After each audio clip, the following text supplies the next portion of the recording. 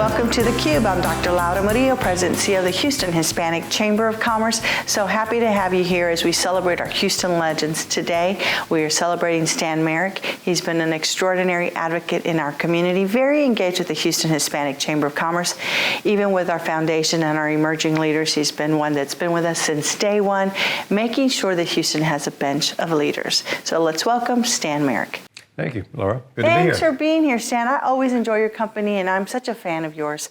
In this city, you can drive around and see that Marek construction sign on major significant projects. You've employed so many people and have helped families do well. And so we're happy to say that the Houston Hispanic Chamber of Commerce is recognized as one of our Houston legends. And just on a personal note, it's just been great over the years seeing the advocacy that you provide to our city and doing what is right. So for that and so many other reasons, we thank you. Well, thank you for the kind words. And I've never been called a legend. I've been called old and obsolete, but never a legend. So this is sort of neat. And I think, my advocacy, not just for Latinos, but for anyone in poverty, I think comes from my dad and his uncles. They were homeless during the Depression. My grandfather lost everything during the Depression. He couldn't pay a debt to the Federal Land Bank, and they were homeless for 4 years. So my dad, grew up homeless, and when he came to Houston with his brothers after World War II, or actually right before World War II, to start in the construction business, right away they wanted to make money so they could give back. And the thing that they did that we're most proud of is they gave many men and women opportunities to learn a trade, to learn how to use these for something other than, of course, we didn't have computers back in those days. Yes. But when I think about the thousands and thousands of men and women who have gone through our doors that we've trained and given them not just a job, but a career. Yes. With hospitalization, paid time off, 401k. That's what I think we're all proudest of. And today it's amazing, the number of women coming into the trades. I think the Me Too movement may have been one of the best things for the construction industry because it basically eliminated any type of sexual harassment on the job site. I mean, our guys know now that the women we're hiring that are learning a trade, they're painters, they're tapers and floaters, they're ceiling people, they're floor people, they put up blinds. They're team members. They're not just a woman, they're team members. Yes. And I'm really proud of the way our population of workers has embraced women on the job sites. Yeah. Well, let's talk a little bit about growing up in a family that was in this business. Was that your first employment, was in the family business? What was your first job? No, that was, when we were 6 or 7 years old in the summertime, we had to work. Yes. Because that was just I think the way the Marek family was. They were farmers.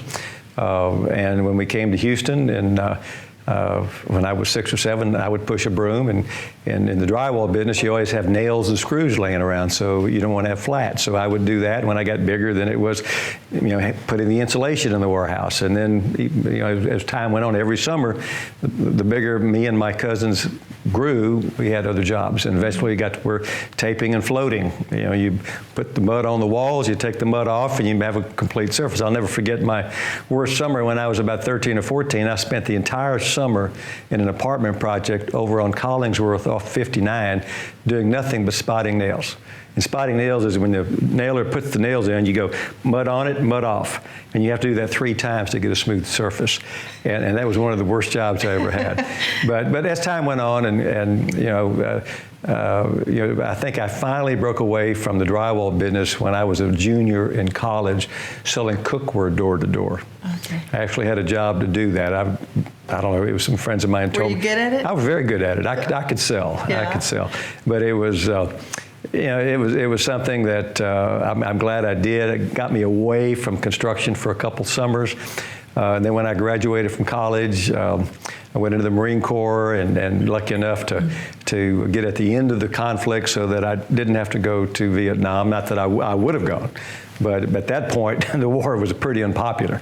And a lot of people, as you know, were going to Canada or whatever. And I was committed. We had our basic training and our advanced military training and weapons and ready to go, but didn't have to go, so that was great. And then I joined the Carpenters Local because I really wanted to learn the trade. Okay. My dad and his brothers were on the residential side of the business doing houses, and we wanted to to get into the commercial, the buildings, and I spent a couple years doing that, and then moved into the office, and the rest is history. So I've been my 50th year this year in the business. Hard to believe at age 72, but I've loved it, and I still love it, and I have no intentions of retiring.